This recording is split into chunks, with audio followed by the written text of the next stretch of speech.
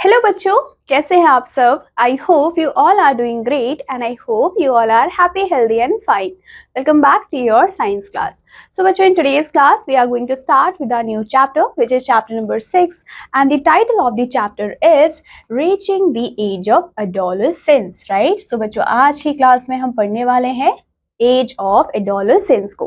सो बच्चों, सबसे पहले हम इस चैप्टर के इंट्रोडक्शन को देखेंगे।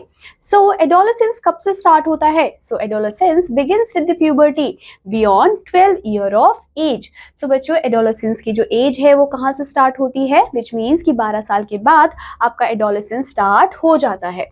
एंड कब तक लास्ट करता है? Last when a youth is young man और वुमेन ऑफ 20। और जब तक हम यंग मैन या फिर यंग वुमेन नहीं बन जाते जिनकी एज 20 तक रीच करती है, उसको हम क्या बोलते हैं बच्चों? उसको हम एडोलेसेंस के नाम से जानते हैं। So in the previous chapter you have learn about how animals reproduce. So बच्चों, हमारा जो प्रीवियस चैप्टर था उसमें हमने पढ़ा था कि जो एनिमल्स होते हैं वो कैसे रिप्रोड्यूस करते हैं, right? So in this chapter हम लर्न करने वाले हैं कि कौन कौन से ह्यूमन बॉडी में हमें चेंजेस देखने को मिलते हैं आफ्टर द एडोलेसेंस, राइट? सो होता क्या है कि एडोलेसेंस में एक जो पर्सन होता है, person becomes capable of reproduction, which means कि जो पर्सन है वो रिप्रोड्यूस कर सकता है। Here we will also discuss the role that hormones play in bringing about changes that make a child grow into an adult. सो बच्चों, यहाँ पे हम क्या करने वाले हैं? यहाँ पे हम हार्मोन्स के रोल को भी डिस्कस करेंगे कि कैसे जो हार्मोन्स होते हैं वो क्या करते हैं, वो जितने भी हमारे चेंजेस होते हैं बॉडी में उसको करने के लिए रिस्पॉन्सिबल होते हैं। सो सबसे पहले यहाँ पे आपको न्यू टर्म्स गिवन है और न्यू टर्म्स में आपको ढेर सारे नए नए वर्ड्स दिए हुए हैं। आपको क्या करना है? इन वर्ड्स को अच्छे से लर्न करना है, राइट? क्योंकि इन सारे वर्ड्स का यूज हम फर्दर चैप्टर में करेंगे। सो बच्चों, सबसे पहले हम देखेंगे कि एडोलेसेंस होता क्या है, right? So adolescence is the transitional stage of human development. ये क्या होता है बच्चों? ट्रांजिशनल एज होता है, स्टेज होता है ह्यूमन डेवलपमेंट का, ड्यूरिंग विच एक जो जुवेनाइल होता है वो मैच्योर होता है इनटू एन अडल्ट। सो बच्चों, एडोलेसेंस में हो क्या रहा है कि कोई भी जो जुवेनाइल है, विच मीन्स जिसकी एज 12 साल तक आ चुकी है, वो क्या होता है जब वो अडल्टिंग की तरफ बढ़ता है या फिर हम बोल सकते हैं यंग अडल्ट बनता है, सो उसको क्या हम बोलते हैं? उसको हम एडोलेसेंस के नाम से जानते हैं। It is the phase in which physical and more subtle changes are noticed in children and a period of psychological and social transition from childhood to adulthood. So बच्चों, हम बोल सकते हैं कि जो एडोलेसेंस है वो एक ऐसा फेज है जहाँ पे हमें क्या देखने को मिलते हैं? बहुत सारे फिजिकल चेंजेस देखने को मिलते हैं एंड सटल चेंजेस देखने को मिलते हैं। उसके साथ साथ हमें साइकोलॉजिकल चेंजेस देखने को मिलते हैं, सोशल चेंजेस को देखने को मिलते हैं, या फिर हम बोल सकते हैं कि एक ट्रांजिशन हो रहा है। और ये ट्रांजिशन कैसे हो रहा है? चाइल्डहुड से अडल्टहुड की तरफ हो रहा है, right? Now growth begins from the day one is born.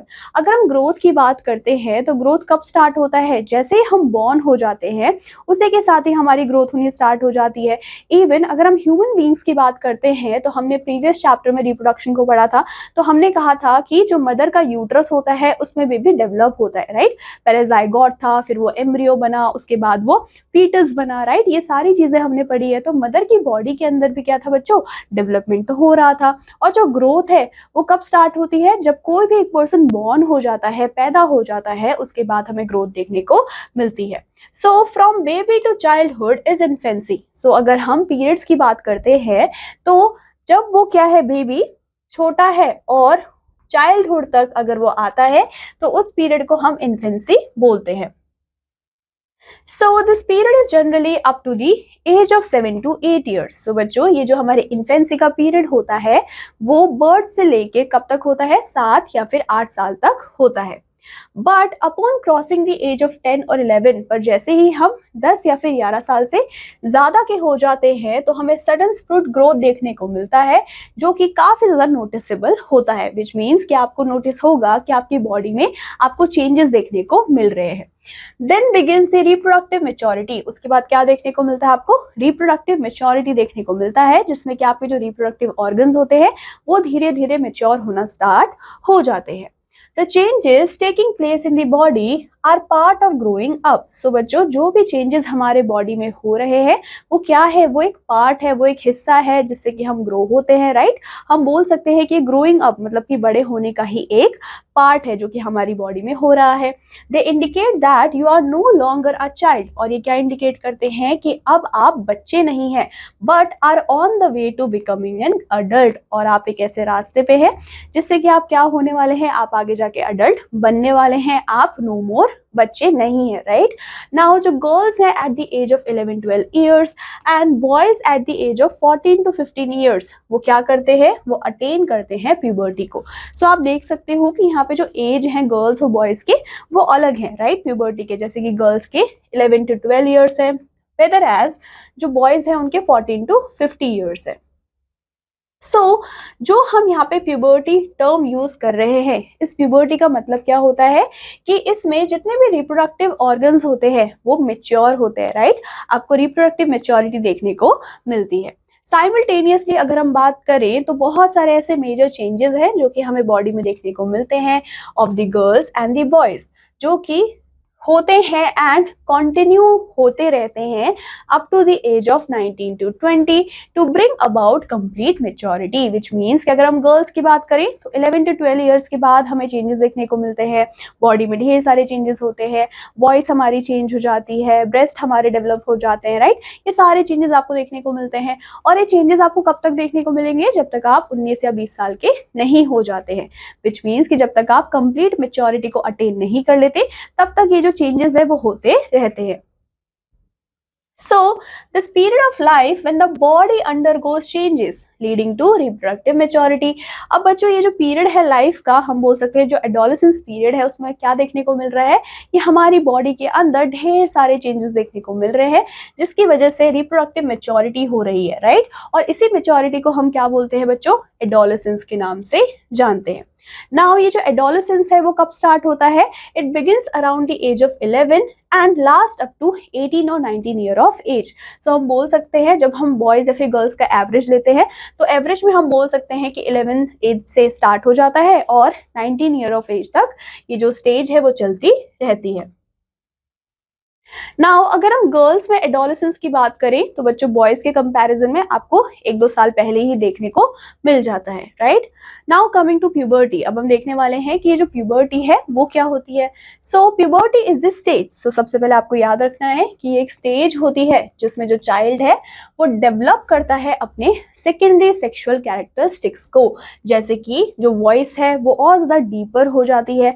आपने बॉयज में देखा होगा कि यहाँ पे एडम एप्पल होता है, राइट, वो भी डेवलप हो जाता है, जो हाइट है वो इंक्रीज हो जाती है, right, in both male and female and etcetera as the hormonal balance of the boy और a girl shift strongly towards an adult state. अब बच्चों ऐसा होता क्यों है कि जो भी हमारे हार्मोनल बैलेंस है वो चेंज हो जाते हैं, राइट। बहुत सारे हार्मोन्स है जो कि डेवलप हो जाते हैं, रिलीज हो जाते हैं, जिसकी वजह से हमें ये सारे चेंजेस अपनी बॉडी में देखने को मिलते हैं। नाउ बच्चों these changes mark the onset of puberty, और यही जो हमारे चेंजेस होते हैं यही हमारे प्यूबर्टी के ऑनसेट को मार्क करते हैं। The most puberty is that जो बॉयज एंड गर्ल्स होते हैं वो केपेबल हो जाते हैं कि वो रिप्रोडक्शन कर सकते हैं।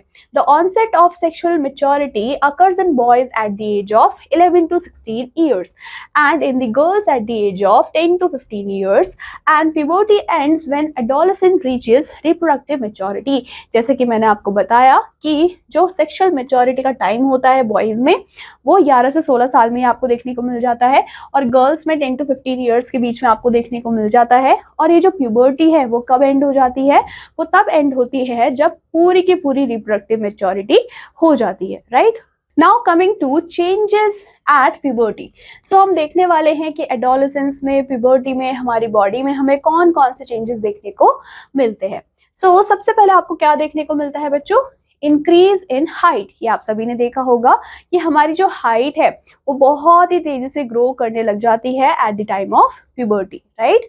So the most conscious change जो कि हमें देखने को मिलता है वो हाइट है, and height is the first noticeable effect at puberty. और हाइट क्या है बच्चों, हमारा पहला ऐसा नोटिसेबल क्या है, इफेक्ट है जो कि हमें प्यूबर्टी के टाइम पे देखने को मिलता है। एट दिस टाइम हमारे जो बोन्स होते हैं आर्म्स के एंड लेग्स के, वो इलोंगेट हो जाते हैं, वो लंबे हो जाते हैं, एंड उसी की वजह से जो एक पर्सन की हाइट है वो डिफाइन होती है कि पर्सन टॉल है या फिर शॉर्ट है। सो बच्चों सिंपल सी चीज है, जब हमारे बोन्स क्या होंगे, इलोंगेट होंगे, बड़े होंगे, तो हमारी हाइट भी बढ़ेगी, right. The rate of growth is not the same. जो रेट होता है ग्रोथ का वो जरूरी नहीं है कि सारे ही बच्चों में सेम हो। It varies from individual to individual, which means कि हर एक इंसान का जो ग्रोथ होता है, रेट ऑफ ग्रोथ होता है, वो डिफरेंट डिफरेंट आपको देखने को मिलता है। उसी वजह से अगर आप कंपेयर करो अपने फ्रेंड्स की हाइट को और अपनी हाइट को, तो आपको डिफरेंट ही देखने को मिलेगी। The following table gives the average rate of growth in height of boys and girls with the age. So बच्चों यहाँ पे आपको एक टेबल गिवन है। इस टेबल में आपको क्या देखने को मिलेगा कि जो एवरेज ग्रोथ रेट है बॉयज और गर्ल्स में वो कितना है, राइट। सो जब आप इस टेबल को देखेंगे तो यहाँ पे आपको एज दिया हुआ है इन ईयर, राइट। यहाँ पे आपको परसेंटेज दे रखी है फुल हाइट की, ये है बॉयज की और ये है गर्ल्स की। सो अगर हम एज की बात करते हैं ईयर्स में, तो हम 8 ईयर को लेके चल रहे हैं। सो बॉयज में होता है 72%, गर्ल्स में 77%, 9 ईयर में 75% in boys and in girls 81%, at the age of 10 years 78% in boys and 84% in girls. At the age of 11 years, there will be 81% growth in boys and 88% growth in girls. At the age of 12 years, 84%, 91%, so on आपको 18 तक देखने को मिलेगा। So आपको इस table में क्या देखने को मिल रहा है, अगर आप देखेंगे तो आपको गर्ल्स में जो हाइट में चेंजेस है वो कंपैरेटिवली बॉयज से ज़्यादा देखने को मिलेंगे। बट होता क्या है कि एक टाइम आने के बाद जो गर्ल्स में हाइट की ग्रोथ है वो रुक जाती है, right. Now it has something been seen that girls grow quickly, जैसे कि मैंने आपको बताया टेबल देख के कि ऐसा तो कुछ है कि जो गर्ल्स होते हैं वो बहुत ही क्विकली ग्रो हो जाते हैं at the onset of puberty. There is marked progress and then the growth suddenly stop। अब होता क्या है, जैसे कि आप यहाँ पे देख सकते हो कि यहाँ पे जो बॉयज की ग्रोथ है वो कंपैरेटिवली लेस है as compare to girls, right. Girls में ग्रोथ बहुत ही रैपिडली हो रही है, लेकिन एक टाइम बाद क्या हुआ कि जो ग्रोथ है वो स्टॉप हो गई और दोनों ही सेम स्टेज पे पहुंच गए, राइट। ये हमें देखने को मिलता है। नाउ अगर आपको कैलकुलेट करना है अपने फुल हाइट को इन सेंटीमीटर, तो आप कैसे कैलकुलेट करने वाले हैं, तो सबसे पहले आपको प्रेजेंट हाइट लिखना है सेंटीमीटर में, देन आपको क्या करना है, परसेंटेज लिखना है फुल हाइट का at this age, which means कि आपकी कितनी होनी चाहिए, राइट, जो कि आपको यहाँ पे टेबल में गिवन है। उसके बाद आपको इनटू कर देना है उसको 100 से। फॉर एग्जाम्पल एक लड़का है 12 साल का एंड वो 130 सेंटीमीटर टॉल है।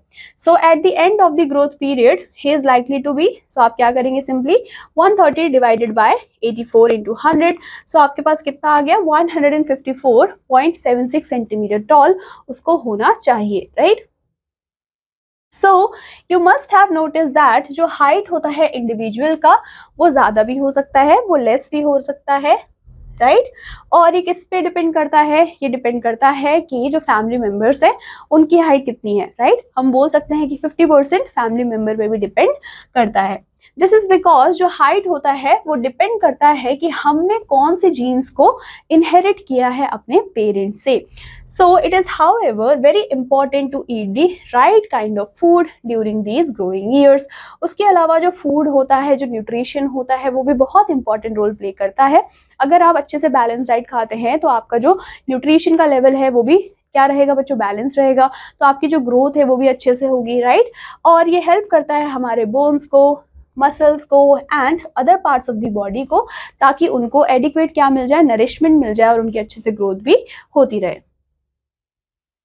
Then we have changes in the body shape। So बच्चों जैसे जैसे हम प्यूबर्टी की तरफ आते हैं तो हमें हमारे बॉडी शेप पे भी बहुत सारे चेंजेस देखने को मिलते हैं, राइट। सो समटाइम्स जो आर्म्स और लेग्स होते हैं, इवन जो हैंड्स होते हैं, फीट होते हैं एडोलेसेंट के, वो काफ़ी ज़्यादा ओवर साइज दिखते हैं, आउट ऑफ प्रोपोर्शन आपको देखने को मिलते हैं with the body. But soon जो अदर पार्ट्स होते हैं वो क्या करते हैं बच्चों, वो भी बड़े होते हैं और हमारी बॉडी को प्रोपोर्शनेट कर देते हैं। Have you noticed that students in your class have same shoulders and same chest than students in the junior class? क्या आपने कभी नोटिस किया है कि आपकी क्लास के जो बच्चे हैं, जो स्टूडेंट्स हैं, उनके जो आर्म्स हैं, उनका जो चेस्ट है, वो आपको डिफरेंट देखने को मिलेगा अगर आप उसको कंपेयर करते हैं जूनियर क्लास के बच्चों से, राइट?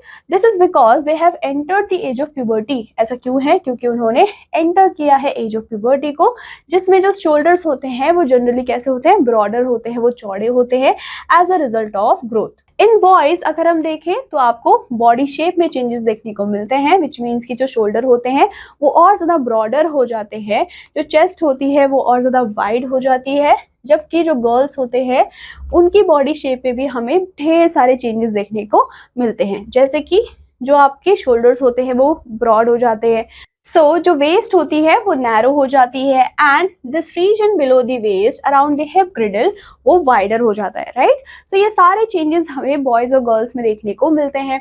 बच्चों, ये जो चेंजेस है जो कि अकर हो रहे हैं एडोलेसेंट बॉयज में एंड गर्ल्स में, वो आपको डिफरेंट देखने को मिलेंगे, राइट? बॉयज में चेंजेस अलग होंगे, गर्ल्स में चेंजेस आपको अलग देखने को मिलेंगे। उसके बाद आता है चेंज इन वॉइस। अगर आप देखेंगे तो जो बच्चों की आवाज होती है, जो छोटे छोटे बच्चे होते हैं, उनकी वॉइस काफी ज्यादा डिफरेंट होती है। अगर आप अपनी वॉइस से कंपेयर करेंगे तो वो काफी ज्यादा आपको डिफरेंट भी सुनाई देगी। हमें एडोलेसेंस या प्यूबर्टी के टाइम पे हमारी वॉइस में भी चेंजेस देखने को मिलते हैं। इन बॉयज जो वॉइस होता है वो चेंज हो जाता है। क्यों? क्योंकि बेटर ग्रोथ हो रहा है लेरिंग्स का, जिसकी वजह से ये प्रोड्यूस करते हैं on the throat forming Adam Apple को। बॉयज में आपको क्या देखने को मिलता है बच्चों? एडम एप्पल देखने को मिलता है। और यहाँ पे आपको पिक्चर गिवन है, राइट? ये जो स्ट्रक्चर है, राइट, जो थोड़ा सा उठा हुआ है, एलिवेटेड है, उसी को हम क्या बोलते हैं बच्चों? ये एडम एप्पल होता है, जो कि एडोलेसेंट में या फिर प्यूबर्टी में जो बॉयज होते हैं उनके एडम एप्पल ग्रो होते हैं। नाउ ये जो वॉइस होता है इन बॉयज, ये काफी ज्यादा आपको डीप देखने को मिलेगा एंड हॉर्स वॉइस देखने को मिलती है। जनरली अगर हम गर्ल्स की बात करें तो जो लेरिंग्स होता है वो बहुत ही हार्डली विजिबल होता है, हमारा एडम एप्पल नहीं होता है, विच मीन्स कि हमारा जो लेरिंग्स है वो बहुत ही विजिबल नहीं होता है, बहुत ही हार्डली विजिबल होता है फ्रॉम द आउटसाइड, क्योंकि ये स्मॉल साइज में होता है। इसी वजह से गर्ल्स की जनरली हाई पिच वॉइस होती है, बॉयज की तरह हमारी वॉइस डीपर नहीं होती। इन एडोलेसेंट बॉयज समटाइम्स जो मसल्स होते हैं वॉइस के वो बहुत ज्यादा हॉर्स हो जाते हैं एंड दिस स्टेट में remain for a few days, और ये कुछ दिन तक ऐसे ही रहते हैं या फिर कुछ हफ्तों तक भी रह सकते हैं। उसके बाद जो वॉइस होती है वो अपने आप नॉर्मल हो जाती है। Now coming to increased activity of sweat gland or you can say sebaceous glands. During puberty होता क्या है कि जो secretion होते हैं sweat glands के या फिर sebaceous gland के, जो कि आपके oil glands होते हैं, right, जो कि oil को secrete करते हैं, वो increase हो जाते हैं। Now in boys, more of secretions from the oil gland, you can say sebaceous glands, making skin oily and shining. होता क्या है कि जो boys होते हैं उसमें ये जो oil glands होते हैं, right, sebaceous gland जो आपकी skin में present होते हैं, उसकी वजह से बहुत सारा oil secrete होता है, और उसी की वजह से जो boys है उनकी जो skin है वो भी हमें shiny दिखाई देती है। अगर हम गर्ल्स की बात करें तो आपको ज्यादा secretions देखने को मिलेंगे oil glands के, जिसकी वजह से जो skin है वो soft, oily और glowing हो जाती है, और उसी वजह से जो गर्ल्स है उसमें आपको एक्ने या फिर पिंपल्स भी देखने को मिलते हैं। बहुत सारे ऐसे यूथ हैं जो कि डेवलप करते हैं एक्ने और पिंपल्स को of their faces because of increase activity of this glands in the skin. और ऐसा क्यों होता है? क्योंकि जो सेबेशियस ग्लैंड्स है उनकी एक्टिविटी काफी ज्यादा इंक्रीज हो जाती है, उसकी वजह से मोर ऑयल प्रोड्यूस होता है, उसी की वजह से आपको एक्ने देखने को मिलते हैं। So now coming to our next topic, development of sex organ. बच्चों, होता क्या है कि प्यूबर्टी के टाइम पे जितने भी सेक्स ऑर्गन्स होते हैं, राइट, चाहे वो मेल में हो चाहे वो फीमेल में हो, वो धीरे धीरे डेवलप होना स्टार्ट हो जाते हैं। एट प्यूबर्टी इन बॉयज जो सेक्स ऑर्गन्स होते हैं जैसे कि टेस्टिस, पीनस, ये सारे डेवलप हो जाते हैं, एंड जो टेस्टिस होते हैं बच्चों वो स्पर्म को प्रोड्यूस करना भी स्टार्ट कर देते हैं। इन गर्ल्स जो ओवरीज होती है वो एनलार्ज हो जाती है, और जो एग्स होते हैं वो धीरे धीरे मैच्योर होना स्टार्ट जाते हैं। ऑल्सो जो ओवरीज होते हैं वो स्टार्ट कर देते हैं रिलीज करना मैच्योर एग्स को, राइट। देन आता है बच्चों reaching mental, intellectual and emotional maturity. At puberty हमें क्या देखने को मिलता है कि एडोलेसेंस क्या है? ये एक पीरियड है जिसमें चेंजेस हमें देखने को मिलता है, विच मीन्स कि एक पर्सन का क्या थिंकिंग है वो चेंज हो जाता है, इंटेलेक्चुअल डेवलपमेंट हमें देखने को मिलता है, एंड वो स्पेंड करते हैं कंसिडरेबल टाइम इन थिंकिंग, मतलब कि सोचना हम स्टार्ट कर देते हैं। In fact it is often the time has capacity for learning, और ये ऐसा टाइम होता है जिसमें हमारे ब्रेन के पास बहुत ज़्यादा कैपेसिटी होती है, और इसी टाइम पे आप बहुत सारी चीज़ों को क्या कर सकते हो, फाइंड आउट कर सकते हो, अपने इंटेलेक्चुअल थिंकिंग को बढ़ा सकते हो, राइट। ये सारी चीज़ें बच्चों एडोलेसेंस में होती है। समटाइम्स हाउएवर एन एडोलेसेंट में फील इनसिक्योर, और कभी कभी एडोलेसेंट के टाइम पे हमें क्या होता है, हमें इनसिक्योर फील होता है, और हम ट्राई कर रहे होते हैं कि जो भी हमारे बॉडी में चेंजेस हो रहे हैं हम उनको एडजस्ट कर पाए एंड हम अपने माइंड को एडजस्ट कर पाए।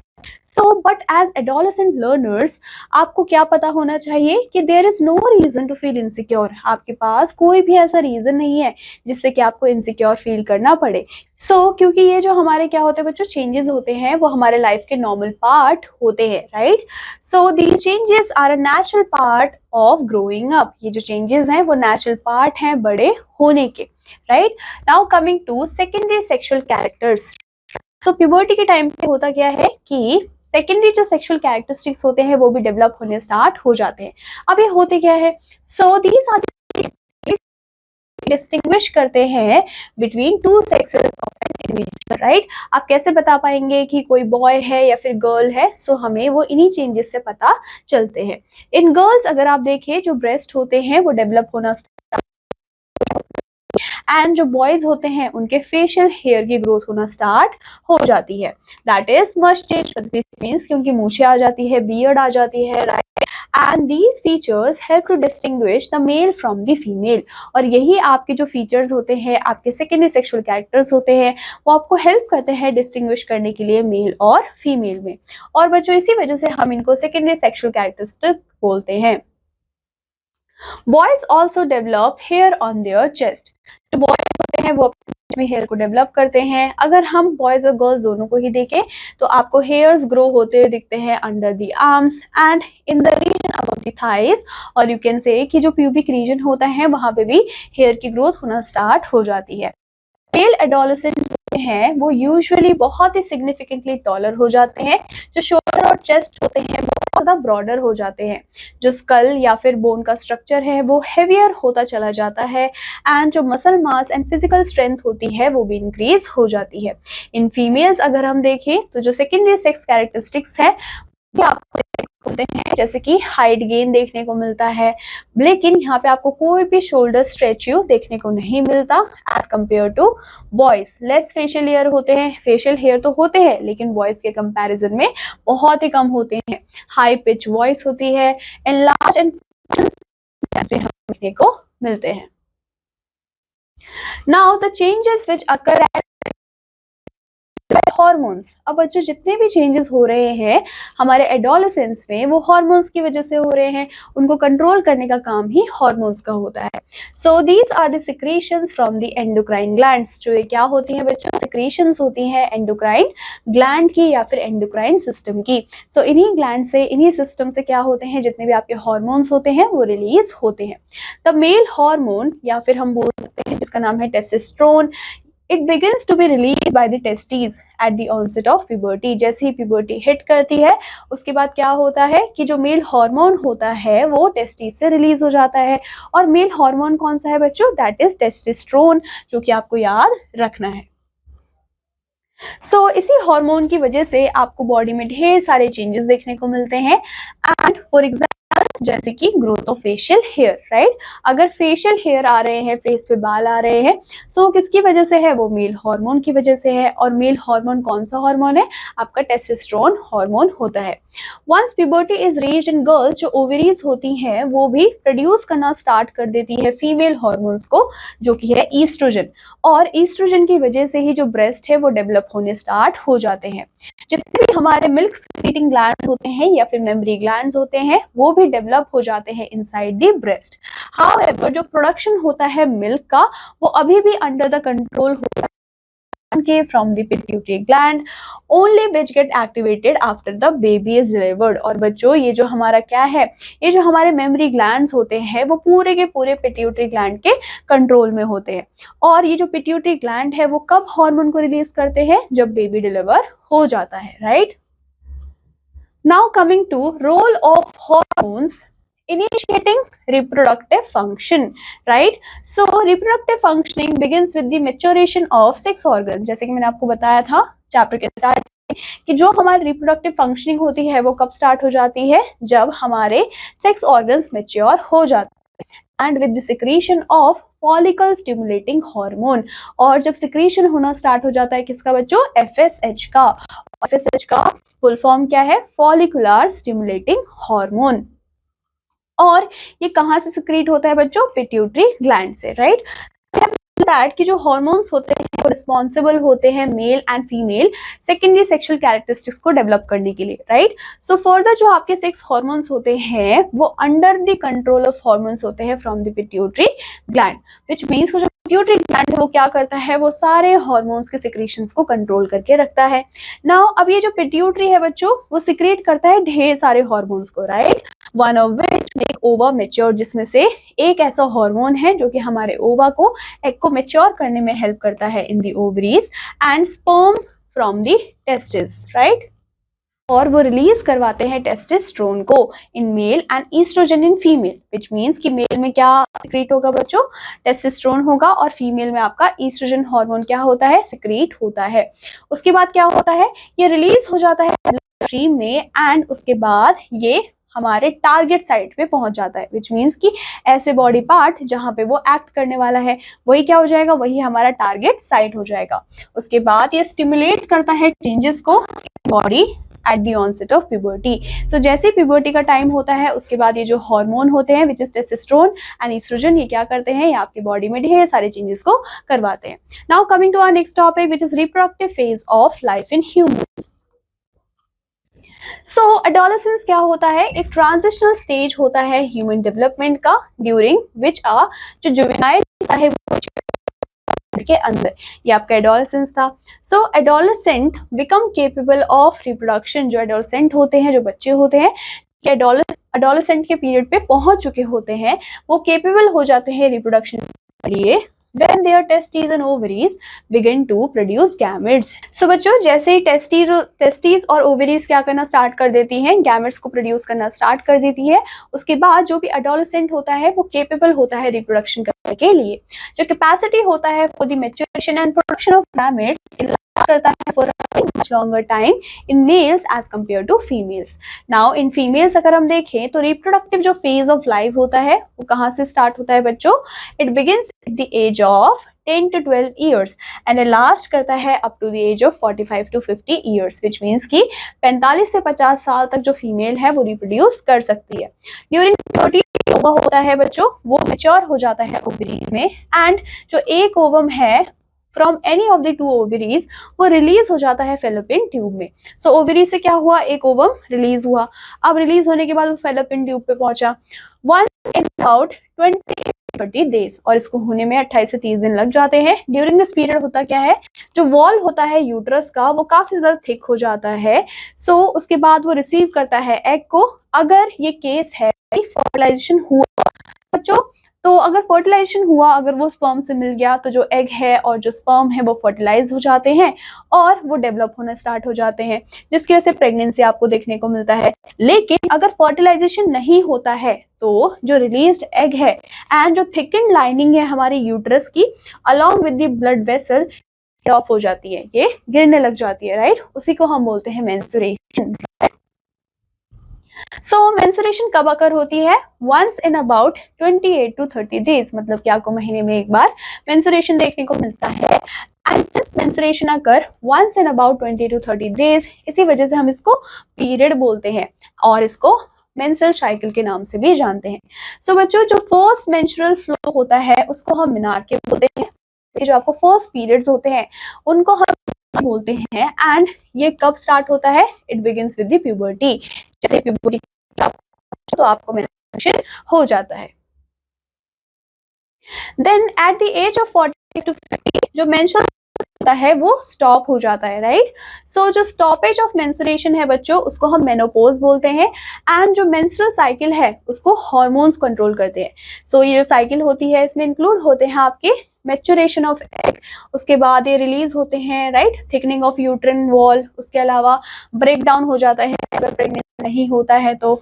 इन द केस जो एग है अगर वो फर्टिलाइज हो गया है तो वो डिवाइड होना स्टार्ट हो जाता है, फिर उसके बाद वो यूट्रस से एम्बेडेड हो जाता है, जिसको हम इम्प्लांटेशन बोलते हैं। फिर फर्दर हमें डेवलपमेंट देखने को मिलता है बेबीज का। सो ये जो पूरी प्रोसेस है इस सब को कंट्रोल करने का काम किसका होता है? ये कंट्रोल करने का काम हार्मोन्स का होता है।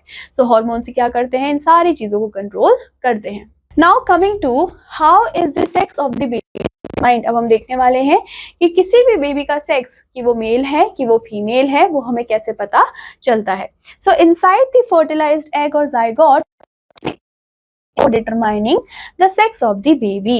सो बच्चों ये जो इंस्ट्रक्शन होता है वो प्रेजेंट होता है थ्रेड लाइक स्ट्रक्चर्स में, जिसको हम बोलते हैं क्रोमोसोम्स। क्या बोलते हैं बच्चों? क्रोमोसोम्स बोलते हैं। सो अगर ह्यूमन बींग्स की बात करते हैं, अगर हम अपनी बात करते हैं, तो हमारे पास क्रोमोसोम्स होते हैं न्यूक्लियाई में, राइट। और ये न्यूक्लियाई कहाँ पे होता है? सेल होता है, सेल में होता है। जैसे कि ये आपका सेल है, राइट, इसके अंदर आपका क्या होता है? न्यूक्लियाई होता है। सो यहीं पे आपको क्रोमोसोम्स देखने को मिलते हैं। सो हमारे पास क्या होते हैं बच्चों? 2 क्रोमोसोम्स होते हैं, एक क्रोमोसोम एक्स, दूसरा क्रोमोसोम है। सो जो मेल होता है तो मेल के पास होते हैं क्रोमोसोम एक्स और एक होता है वाई। तो मेल के पास क्या है बच्चों? एक एक्स क्रोमोसोम होता है और एक वाई क्रोमोसोम होता है।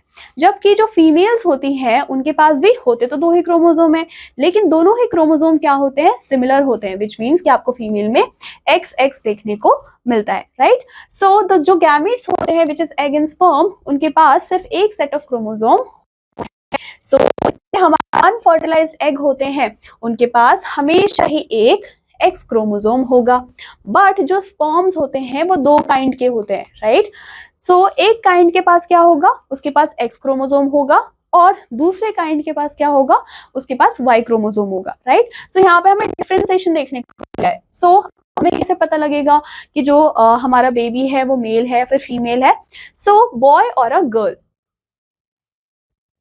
सो बच्चों ये जो क्रोमोसोम्स होते हैं उसमें जो एक्स क्रोमोसोम है ये स्टैंड करता है फीमेल के लिए एंड जो वाई क्रोमोसोम होता है वो मेल के लिए होता है, राइट।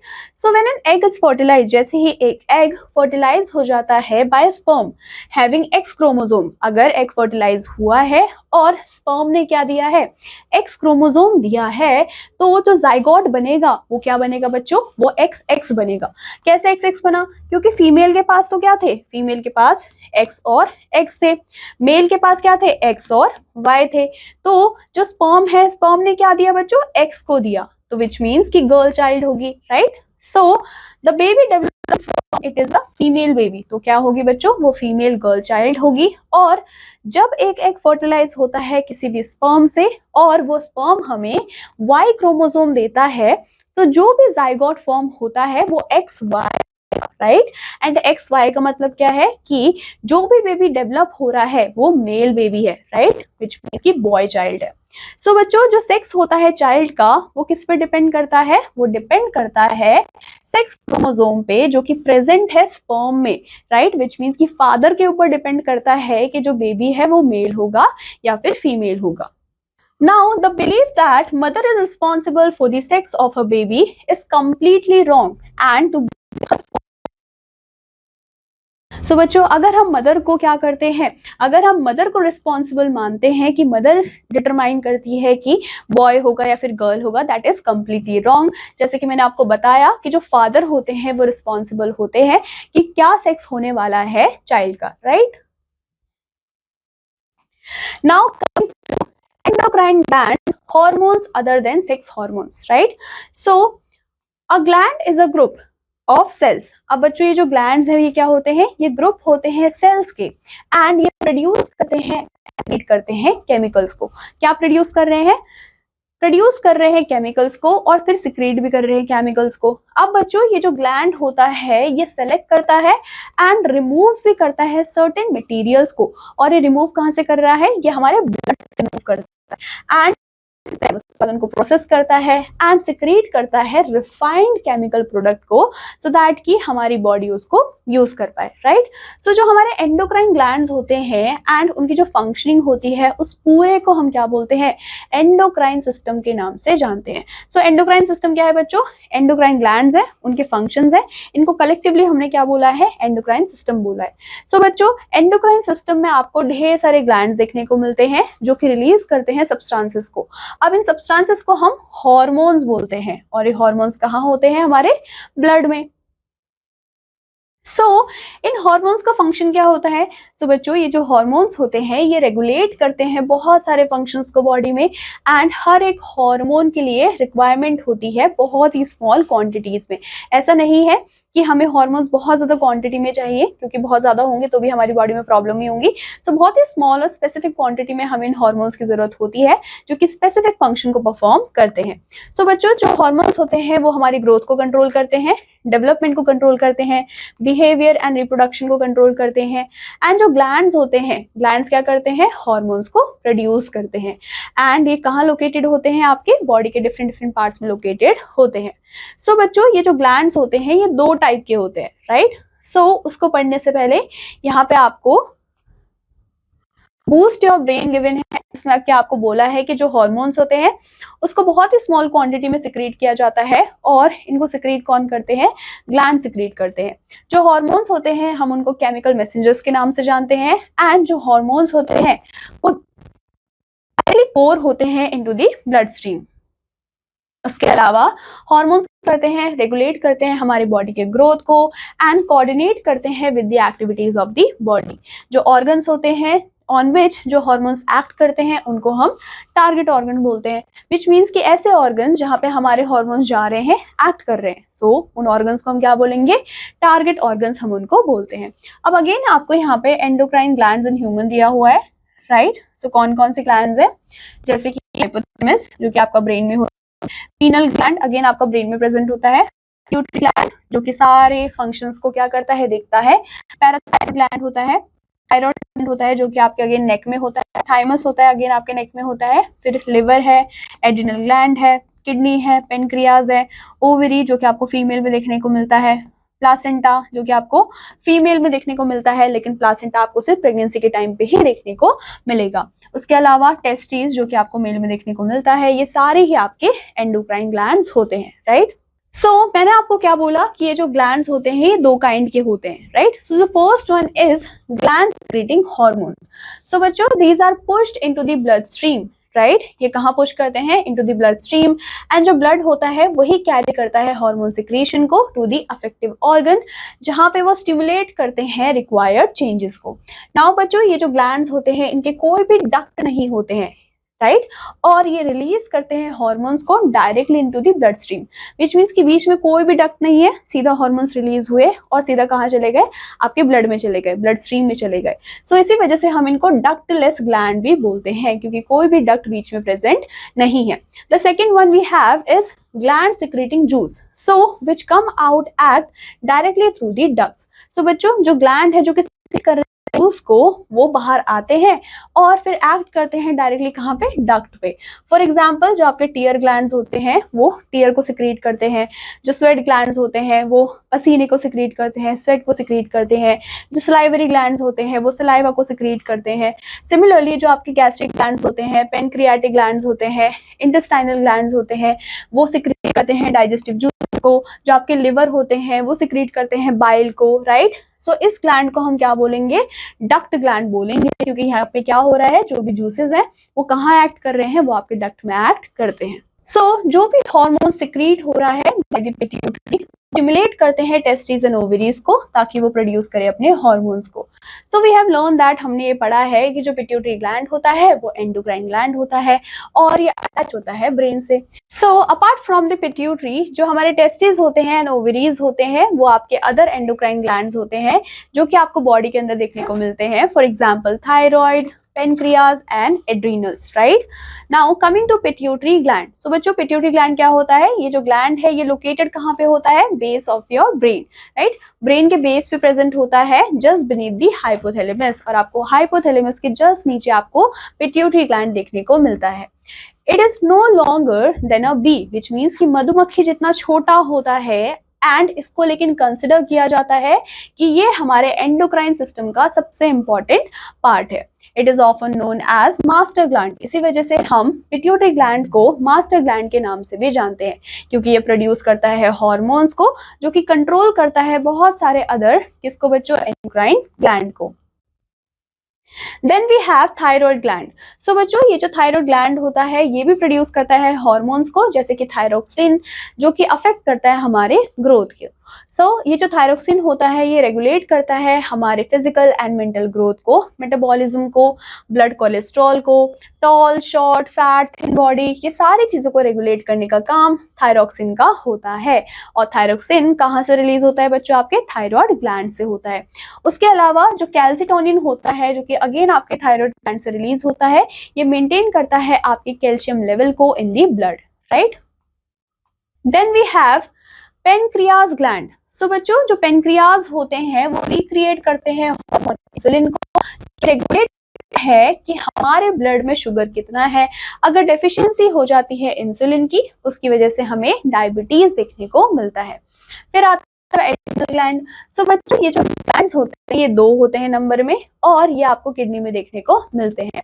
ये सिक्रीट करते हैं हॉर्मोन्स को, जो कि मेंटेन करते हैं किसको? Maintain the correct salt balance in the blood, which means कि ब्लड में जो सॉल्ट का बैलेंस करने का काम है वो एड्रिनल ग्लैंड करते हैं।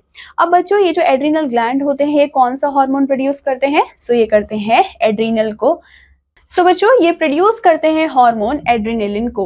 नाउ ये हेल्प करता है हमारी बॉडी को ताकि हम एडजस्ट हो जाए स्ट्रेस से, विच मीन्स जब हम बहुत ज्यादा गुस्से में होते हैं, एम्बैरेस्ड होते हैं, वरिड होते हैं, राइट, उस टाइम पे हमारी हेल्प करता है। ये हमारी बॉडी को प्रिपेयर करता है फाइट करने के लिए या फिर भागने के लिए। जो थायराइड और एड्रिनल ग्लैंड होते हैं वो सिक्रीट करते हैं हार्मोन्स को, एंड ऑर्डर्स मिलते हैं फ्रॉम द पिट्यूटरी ग्लैंड्स। अब बच्चों ये जो पिट्यूटरी है ये भी सिक्रीट करता है ग्रोथ हार्मोन को, जो कि बहुत ज्यादा नेसेसरी होता है किसी भी पर्सन के नॉर्मल ग्रोथ के लिए, right. Then we have sex gland. बच्चों ये जो सेक्स ग्लैंड्स होते हैं वो टेस्टीज होते हैं मेल में और ओवरीज होती हैं फीमेल में।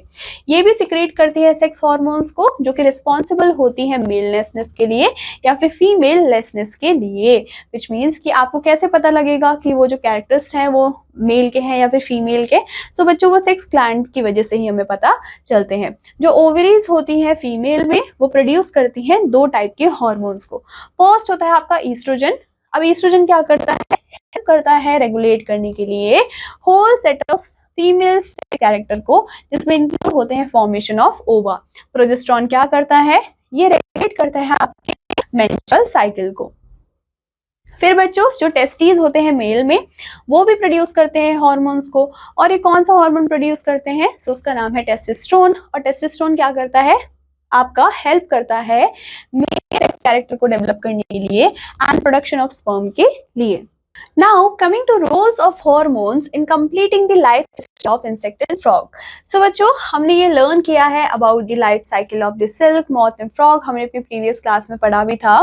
जो इंसेक्ट होते हैं जैसे कि कैटरपिलर, वो बहुत सारे स्टेजेस से होके गुजरते हैं और वो एडल्ट मॉथ में कन्वर्ट होते हैं।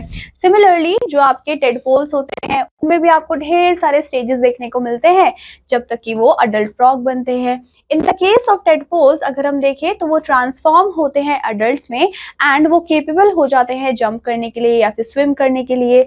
ये जो हमें ट्रांसफॉर्मेशन देखने को मिल रहा है लार्वा का into an adult through drastic changes, इसको हमने प्रीवियस क्लासेस में बच्चों क्या टर्म दिया था? Metamorphosis, right. बच्चों जो मेटामॉर्फोसिस होता है इंसेक्ट में, इसको कंट्रोल करने का काम होता है इंसेक्ट के हार्मोन्स का, right. In frog it is controlled by the thyroid. बच्चों जो अगर हम फ्रॉग की बात करते हैं तो फ्रॉग में इसको कंट्रोल करने का काम किसका होता है? थायराइड का होता है, जो कि अगेन क्या है? एक हार्मोन है जो कि प्रोड्यूस किया जाता है by the thyroid gland. So बच्चों ये जो थायरॉक्सिन प्रोडक्शन होता है इसके लिए रिक्वायरमेंट होती है presence of iodine in water.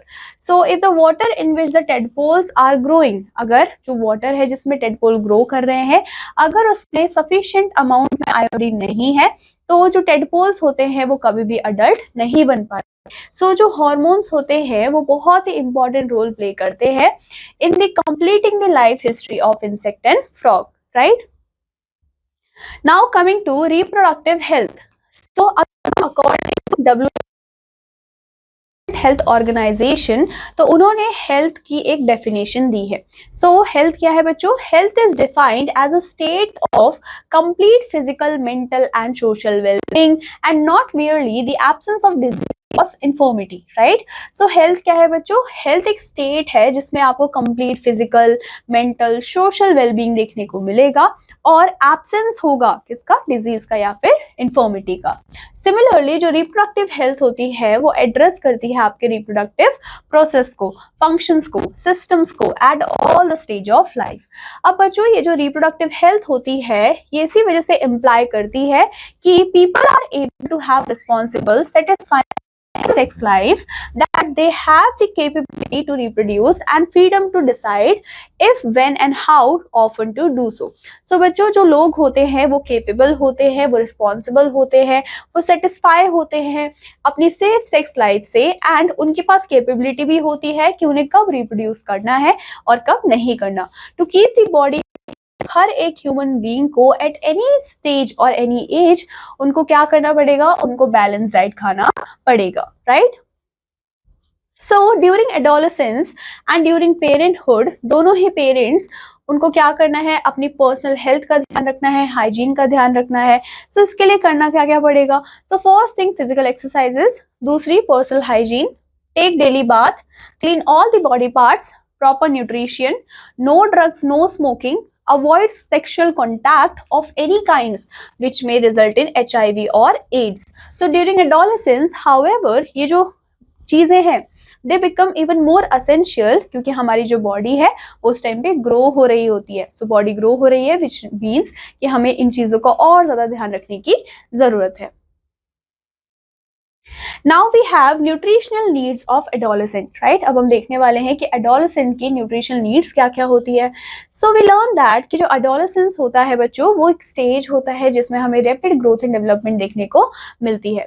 So इसी वजह से जो बैलेंस डाइट होता है फॉर एन एडोलेसेंट वो बहुत ज़्यादा केयरफुली प्लान करना पड़ता है. सो बैलेंस डाइट का मतलब क्या है? अब बैलेंस डाइट मीन्स कि जो मील्स है उसमें इंक्लूड है प्रोटीन, कार्बोहाइड्रेट, फैट, वाइटामिन्स इन रिक्वेस्टिक प्रोपोर्शंस, जैसे कि रोटी, राइस, पल्सेस, वेजिटेबल. ये क्या है बच्चों? बैलेंस मील है. जो मिल्क है वो भी बैलेंस्ड फूड है, राइट. वैसे ही जो फ्रूट्स होते हैं वो भी आपको नरिशमेंट प्रोवाइड करते हैं. अगर हम इन्फेंट्स की बात करें तो जो मदर का मिल्क होता है वो बच्चे को सारी नरिशमेंट प्रोवाइड करता है. जो आयरन है बच्चों वो बिल्ड करता है हमारे blood and iron rich food को, जैसे कि आपके leafy vegetables, jaggery, meat, citrus. उसके अलावा इंडियन गूसबेरी जिसको हम आंवला भी बोलते हैं, ये बहुत अच्छे होते हैं एडोलेसेंट के लिए. वैसे ही अगर हम देखें one can eat a balance diet without expensive food materials. जरूरी नहीं है कि बैलेंस डाइट को खाने के लिए आपको एक्सपेंसिव मटेरियल्स की ही जरूरत है. आप सिंपली क्या कर सकते हो? इन सारी चीजों को खा के भी अपने डाइट को मेंटेन कर सकते हो. Eating the right kind of food is not enough. So it should be also cooked properly. अगर आप खाना खा रहे हो वो इनफ नहीं होता है, लेकिन आपको खाने को अच्छे से पकाना भी है so that जितने भी न्यूट्रिएंट्स है वो फूड के अंदर इंटैक्ट रहे. Check items for lunch and dinner in your meal. Is your meal balanced and nutritious? आपको क्या करना है? आपको चेक करना है आइटम्स को जो कि आप लंच एंड डिनर में खा रहे हो एज अ मील, और आपको ये भी बताना है कि वो जो डाइट है वो बैलेंस और न्यूट्रिशियस है. Cereals, milk, meat, nuts, pulses ये प्रोवाइड करते हैं protein for the growth which is very adolescence, विच मीन्स अगर आपको ग्रोथ करवाना है अपनी बॉडी में तो आपको प्रोटीन का इंटेक अच्छे से करना पड़ेगा, क्योंकि प्रोटीन क्या होते हैं? हमारे बॉडी बिल्डिंग हमारे न्यूट्रिएंट्स होते हैं. सिमिलरली जो फैट एंड शुगर होते हैं वो हमें एनर्जी देते हैं, जो कि हमारे लिए अगेन बहुत ज्यादा नेसेसरी है. जितने भी फ्रूट्स एंड वेजिटेबल्स हैं कि हमारे प्रोटेक्टिव फूड होते हैं वो भी हमारी ग्रोथ के लिए बहुत ज्यादा नेसेसरी होते हैं। अब एक्टिविटी यहाँ पे आपको गिवन है, ये एक्टिविटी परफॉर्म करनी है इन द स्कूल और at your home as well. Now coming to personal hygiene, so right from the childhood to the end of life it is very necessary कि हम अपनी पर्सनल हाइजीन को maintain करके रखें। इसके लिए आपको क्या करना पड़ेगा, रोज नहाना पड़ेगा एंड नेसेसरी है टीनेजर्स के लिए, क्योंकि हमारी जो एक्टिविटी है स्वेट ग्लैंड्स की, इवन हमारी जो बॉडी है वो बहुत ज़्यादा स्मेली हो जाती है, बहुत ज़्यादा स्वेटी हो जाती है, क्योंकि हमारे जो ग्लैंड्स होते हैं वो हाइपर एक्टिव होते हैं इस टाइम पे, राइट। सो इसी वजह से हमें रोज नहाना पड़ेगा। All the parts of body should be washed and clean every day. Even अगर हम क्लीनिनेस को मेंटेन नहीं करते हैं सो चेंजेस की वजह से जो बैक्टीरियल इन्फेक्शन है उसको होने का चांसेस बढ़ जाता है। जो गर्ल्स होते हैं वो बहुत अच्छी तरीके से सफाई है उनका ध्यान रखना है during the menstrual flow. Then we have physical exercise. So बच्चों, walking and playing in fresh air, अगर हम वॉक करते हैं, प्ले करते हैं फ्रेश एयर में, तो हमारी जो बॉडी है वो भी एकदम फिट और हेल्दी रहती है। जितने भी यंग बॉयज है, गर्ल्स, उनको अच्छे से वॉक करना है, एक्सरसाइज करना है, आउटडोर गेम्स खेलनी है। एक्सरसाइज और जो आउटडोर गेम्स होते हैं वो हमारी बॉडी को फिट रखते हैं, स्ट्रॉन्ग रखते हैं। रोप स्किपिंग अगर हम देखें तो वो बहुत अच्छी एक्सरसाइज है, राइट, गर्ल्स और बॉयज दोनों के लिए। एंड जो गुड हेल्थ होती है वो काफी ज्यादा यूजफुल होती है एडोलेसेंट के लिए। अगेन यहाँ पे आपको एक एक्टिविटी गिवन है, इस एक्टिविटी को आपको परफॉर्म करना है। Now coming to say no to drugs. So adolescent बच्चों एक ऐसा पीरियड होता है जिसमें बहुत सारी एक्टिविटी होती है हमारी बॉडी में, हमारी माइंड में, जो कि नॉर्मल पार्ट होता है ग्रोइंग अप का। सो इन दिस स्टेज और this age do not feel confused और इनसिक्योर। सो आपको इस स्टेज में इनसिक्योर फील नहीं करना है, कंफ्यूज्ड फील नहीं करना है। इफ योर फ्रेंड और anybody suggest that you will get relief if you take some drugs, just say no. अगर आपको कोई भी आपका फ्रेंड बोलता है कि आपकी एंजाइटी खत्म हो जाएगी, आपको सैड फील नहीं होगा, आप बस ड्रग्स ले लो, तो आपको मना करना है, राइट।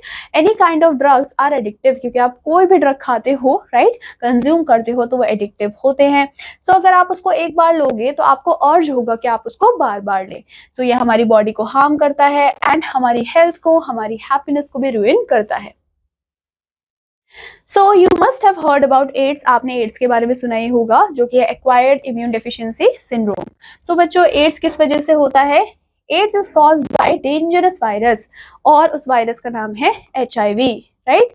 अब बच्चों, ये जो वायरस होता है वो पास हो जाता है नॉर्मल पर्सन में फ्रॉम इन्फेक्टेड पर्सन, अगर आप शेयर करते हो सिरिंज को या फिर इंजेक्टिंग ड्रग्स को। So it can also be transmitted to an infant from the infected mother through her milk. So बच्चों, जो भी मदर है अगर वो HIV पॉजिटिव है तो may be there are chances कि जो मिल्क है मदर का, उसके थ्रू जो इन्फेंट है, बेबी है, उसमें भी ट्रांसफर हो सकता है। जो वायरस होता है बच्चों वो ट्रांसफर हो सकता है सेक्सुअल कॉन्टैक्ट, जब कोई इन्फेक्टेड पर्सन क्या है बच्चों, अगर वो HIV पॉजिटिव है। सो हमें अवॉइड करना है सेक्सुअल कॉन्टैक्ट को ऑफ एनी काइंड, जिसकी वजह से हमें HIV इन्फेक्शन हो सकता है या फिर अदर हमें कोई सेक्सुअली ट्रांसमिटेड डिजीज हो सकती है। Take up the responsibilities of parenthood only when you are properly settled in your life. और आपको जो रिस्पॉन्सिबिलिटी है पेरेंटहुड की वो कब लेनी है? जब आप अपनी खुद की लाइफ में सेटल हो जाएं। And this will keep you mentally, physically, emotionally, financially healthy, जिसकी वजह से आप ओवरऑल हेल्दी रहोगे and you will be able to take care of the child in better way, और आप अपने बच्चे की जो टेक केयर है वो अच्छे से कर पाओगे। Now coming to summing up. So बच्चों, आज के चैप्टर में हमने क्या पढ़ा? हमने पढ़ा कि जो एडोलेसेंस होता है वो होता है with beyond 12 year of age, and and कब होता है या फिर लास्ट कब करता है? जब तक हम 20 इयर्स के नहीं हो जाते। जो एडोलेसेंस होता है वो ट्रांजिशनल स्टेज होता है ह्यूमन डेवलपमेंट का, जिसमें जो जुवेनाइल होता है वो मैच्योर होता है एडल्ट के अंदर। अगर हम गर्ल्स की बात करते हैं तो 11 to 12 इयर्स में स्टार्ट हो जाता है, और बॉयज में 14 to 15 ईयर तक चलता है। द पीरियड ऑफ लाइफ जिसमें हमारे बहुत सारे चेंजेस होते हैं, जिसकी वजह से रिप्रोडक्टिव मैच्योरिटी होती है, उसको हम एडोलेसेंस बोलते हैं। एंड प्यूबर्टी क्या है? एक ऐसा स्टेज है चाइल्ड डेवलपमेंट का जिसमें हमारे सेकेंडरी सेक्सुअल कैरेक्टरिस्टिक्स डेवलप होते हैं, जैसे एडम एप्पल देखने को मिलता है बॉयज में, हाइट इंक्रीज हो जाती है दोनों में, राइट। और ये सारी चीजें किसकी वजह से होती है? वजह से होती है। जो हमारा FSH है, which is follicle stimulating hormone, from the pituitary gland, जो कि सिक्रीट होता है, वही रिस्पॉन्सिबल होता है mail and female secondary sexual characters के लिए। जो कैपेसिटी होती है मैच्योरेशन की and production much longer time in male as compared to female. अगर हम inside the fertilized है जिसको हम जाइगोट भी बोलते हैं, ये क्या है बच्चों, it is the instruction of determining the sex of the baby. जो हार्मोन्स होते हैं वो सिक्रीशंस होते हैं एंडोक्राइन ग्लैंड्स के, which pour them directly to the blood stream.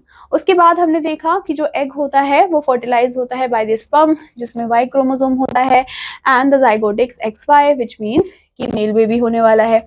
अगर फर्टिलाइज्ड एग क्या है, फर्टिलाइज हुआ है स्पर्म के साथ और उस स्पर्म में एक्स क्रोमोसोम है, तो जाइगोट क्या बनेगा, XX, जिसका मतलब है कि जो भी फीटस डेवलप हो रहा है वो बेबी गर्ल है। जो स्पर्म होता है फादर का, वो रिस्पॉन्सिबल होता है for the sex of the child and not to the mother. According to the world health organisation, जो हेल्थ है बच्चों उसको कैसे डिफाइन किया गया है, it is a state of complete physical, mental, social well-being and not merely in the absence of any disease or infirmity. So that is the definition of health which is given by WHO, which is your World Health Organization, right? So बच्चों इसी के साथ हमारा ये chapter होता है यहाँ पे कंप्लीट। आई होप आपको ये चैप्टर अच्छा लगा होगा एंड आई होप कि आपको अच्छे से समझ भी आया होगा। मैं आपसे मिलूंगी आपकी नेक्स्ट क्लास में एक नए चैप्टर के साथ। Till then take care and bye bye.